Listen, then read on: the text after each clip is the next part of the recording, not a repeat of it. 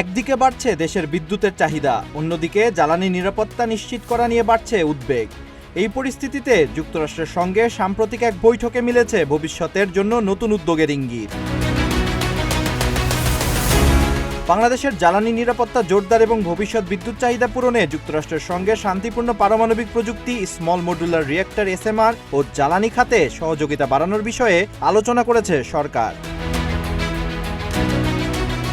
বৃহস্পতিবার ওয়াশিংটন ডিসিতে বিজ্ঞান ও প্রযুক্তি মন্ত্রী ফকির মাহবুব আনাম এবং যুক্তরাষ্ট্রের জ্বালানি মন্ত্রী ক্রিস রাইটের মধ্যে দ্বিপাক্ষিক বৈঠকে এসব বিষয় নিয়ে আলোচনা হয়। বৈঠকে বাংলাদেশের পক্ষ থেকে আধুনিক ও নিরাপদ পারমাণবিক প্রযুক্তি ব্যবহার এবং জ্বালানি খাতে পারস্পরিক সহযোগিতা বাড়ানোর উপর গুরুত্ব দেওয়া হয়েছে।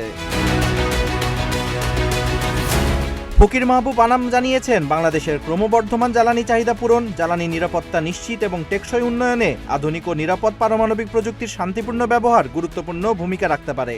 বাংলাদেশ পারমাণবিক প্রযুক্তির শান্তিপূর্ণ, নিরাপদ ও দায়িত্বশীল ব্যবহারে প্রতিশ্রুতিবদ্ধ বলে আরও জানিয়েছেন তিনি।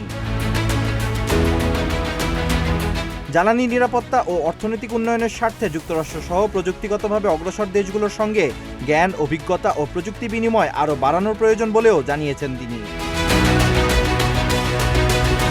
অন্যদিকে বাংলাদেশে জ্বালানি ও পারমাণবিক প্রযুক্তি খাতে সহযোগিতার সম্ভাবনার বিষয়ে ইতিবাচক মনোভাব প্রকাশ করেছেন ক্রিস রাইট। তিনি জানিয়েছেন, স্মল মডুলার রিঅ্যাক্টর সহ আধুনিক পারমাণবিক প্রযুক্তির বিকাশে বিশেষ গুরুত্ব দিচ্ছে যুক্তরাষ্ট্র।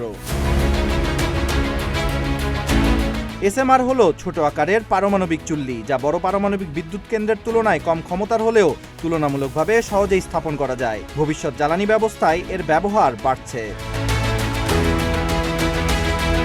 বৈঠকে দুই দেশ পারমাণবিক বিজ্ঞান ও প্রযুক্তি এবং জ্বালানি খাতে ভবিষ্যতে যৌথভাবে কাজ করার আগ্রহ প্রকাশ করেছে।